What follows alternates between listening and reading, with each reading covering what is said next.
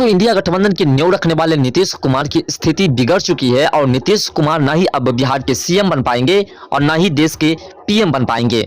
साथ साथ दोस्तों ममता बनर्जी और नीतीश कुमार की वापसी हो सकती है फिर से बीजेपी में, ऐसी उम्मीदें जताई जाती है। पूरा मामला क्या है दोस्तों, आज के इस वीडियो में डिटेल में समझने का प्रयास करेंगे कि अगर नीतीश कुमार और ममता बनर्जी बीजेपी में वापस नहीं जाते हैं और इंडिया गठबंधन से हट जाते हैं तो फिर कहां जाएंगे।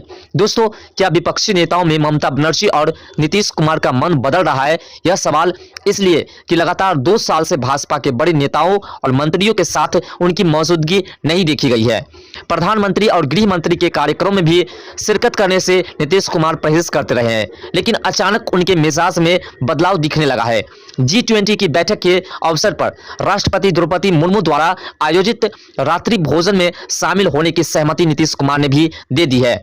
पश्चिम बंगाल की सीएम ममता बनर्जी ने तो सबसे पहले भोजन में शामिल होने की सहमति दे दी। अचानक विपक्ष के 2 नेता जो कि लगातार मन को बदल लिए हैं और मन बदल करके इस बारे में हर आदमी आश्चर्यचकित है कि आखिर नीतीश कुमार और ममता बनर्जी कैसे बीजेपी की G20 बैठक में शामिल हो रहे हैं और रात्रि के भोजन में जा रहे हैं। ममता बनर्जी और नीतीश कुमार लंबे समय तक एनडीए के पार्टनर रहे, ये भी आपको पता होगा। दोनों एनडीए सरकार में केंद्रीय मंत्री भी रह चुके हैं। नीतीश कुमार ने तो साल भर पहले तक भाजपा का ही दामन थामे रखा था। अगस्त 2022 में नीतीश ने एनडीए छोड़ दिया और आरजेडी के नेतृत्व वाले महागठबंधन से हाथ मिला लिया।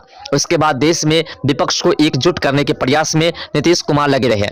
इससे उन्हें काफी हद तक कामयाबी मिली, इसलिए कि तकरीबन 1.5 दर्जन विपक्षी दलों को उन्होंने एक मंच पर बिठाया। अगर नीतीश कुमार पहले से पीएम पद की दावेदारी से इनकार नहीं करते तो शायद एक दूसरे को नापसंद करने वाले नेता भी एक मंच पर नहीं आते। जैसा कि आपको पता है कि नीतीश कुमार अपने आप को पीएम नहीं बनाने की घोषणा कर चुके हैं और जैसे ही पीएम बनाने की घोषणा नहीं किए उसके बाद राहुल गांधी हो या फिर केजरीवाल हो या जितने भी नेता है वो इसलिए एकजुट हो गए क्योंकि उसे लगा कि अगर नीतीश कुमार नहीं बनेंगे प्रधानमंत्री तो हमें तो मौका मिलेगा, और नीतीश कुमार अपने आप को इससे दूर कर लिए हैं। शायद एक दूसरे को नापसंद करने वाले नेता भी इस मंच पर इसलिए शामिल हो चुके हैं क्योंकि नीतीश कुमार ने डायरेक्ट इनकार कर दिया प्रधानमंत्री बनने से और शासक बिहार के मुख्यमंत्री बनने से भी इनकार कर चुके हैं। इसमें खेल बहुत अच्छी तरह से खेले हैं लालू प्रसाद। कांग्रेस से खार खाती रही ममता बनर्जी और आम आदमी पार्टी के संयोजक अरविंद केजरीवाल जैसे नेताओं को साथ बिठाने में नीतीश कुमार कामयाब रहे, क्योंकि नीतीश कुमार की आशा थी कि केजरीवाल हमारे पक्ष में आ जाएंगे तो हमें लाभ होगा। नीतीश कुमार ने विपक्षी एकता की जमीन तो तैयार कर दी, लेकिन कांग्रेस के बाद में एकता प्रयोजनों को हाईजैक कर लिया है। कांग्रेस अब इसे हाईजैक कर चुके हैं और पटना बैठक के दौरान ही अफवाह उड़ी कि नीतीश को विपक्षी गठबंधन का संयोजक बनाया जाएगा। पटना में इस पर कोई फैसला नहीं हो सका तो माना गया कि बेंगलुरु में होने वाली बैठक में उन्हें यह पद जरूर मिलेगा, और हुआ ठीक उल्टा। नीतीश को संयोजक बनने की घोषणा तो नहीं हुई, उनकी बातें भी नहीं सुनी गई और नाराजगी में वे साझा प्रेस कॉन्फ्रेंस में शामिल हुए बगैर पटना लौट आए और लौटने के बाद उन्होंने 26 घंटे तक चुप्पी साधे रखी। बहरहाल मुंबई की तीसरी बैठक में भी नीतीश के संयोजक बनने की संभावना कहीं नहीं दिखी। कई समन्वय समितियां बनाने पर राय कायम हुई। नीतीश कुमार को अभी तक कोई पद नहीं मिलेगा, ऐसी ही उम्मीदें जताई जा रही है। आपको बता दें कि महागठबंधन के साथ आते ही नीतीश कुमार ने घोषणा कर दी कि 2025 के विधानसभा चुनाव आरजेडी के नेता और बिहार के मौजूदा डिप्टी सीएम तेजस्वी यादव के नेतृत्व में लड़ा जाएगा। उन्होंने दूसरा त्याग यह दिया कि खुद को पीएम के दावेदारी की फहरिस्त से बाहर निकाल लिया है और ऐलानिया उन्होंने कहना शुरू किया कि वे पीएम पद की रेस में नहीं है। इसी वजह से उन्हें विपक्षी नेताओं को एकजुट करने में कामयाबी भी मिली। विपक्षी एकता का वाजिब लाभ भी उन्होंने अब अच्छी तरह से उठा लिया।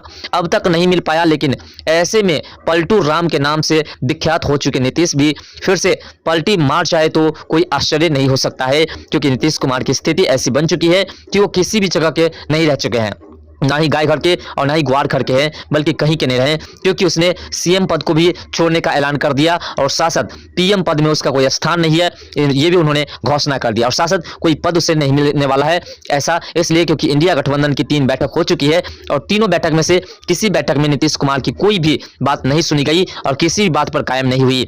एनडीए के साथ जब तक तृणमूल कांग्रेस रही उन्हें शायद ही कोई परेशानी हुई। कांग्रेस तो ममता को फूटी आंख नहीं सुहाती है। यही कारण थी कि 2021 में विपक्षी बंगाल विधानसभा चुनाव में हैट्रिक लगाने के बाद ममता ने विपक्ष की गोलबंदी की जो कोशिश शुरू की उसमें कांग्रेस का कहीं कोई जिक्र नहीं था। नीतीश की दावेदारी से इनकार के बाद ममता को विपक्षी गठबंधन में संभावना दिखी, लेकिन राहुल गांधी सबसे बड़ी बाधा है। ममता बनर्जी अपने परिजनों और नेताओं के खिलाफ केंद्रीय जांच एजेंसी की कार्रवाई से भी परेशान है। आखिर तक अगर किसी दिन यह पता चले कि ममता की टीएमसी ने विपक्ष का साथ छोड़ दिया तो आश्चर्य नहीं होगा, क्योंकि जिस प्रकार से ममता बनर्जी नीतीश कुमार की तरह लगातार पलटते रहे हैं, ऐसी उम्मीदें जताई जा रही है कि ये दोनों कभी भी पलट सकते हैं। फिलहाल नीतीश कुमार और ममता बनर्जी पूरे विपक्षी का सिर्फ 2 नेता ऐसा है जो बीजेपी के G20 बैठक में शामिल हो रहे हैं रात्रि के भोजन में, और इसमें उम्मीदें जताई जा रही है कि हो सकता है तो दोनों पलटने की उम्मीदें लेकर के जा रहे हैं। फिलहाल इस पर क्या होता है ये तो बाद में देखा जाएगा। आपका क्या विचार है कमेंट सेक्शन में अपना राय जरूर दीजिएगा। तो मिलते हैं नेक्स्ट वीडियो के साथ, तब तक के लिए बाय। जय हिंद, जय भारत, जय बिहार, जय मिथिला।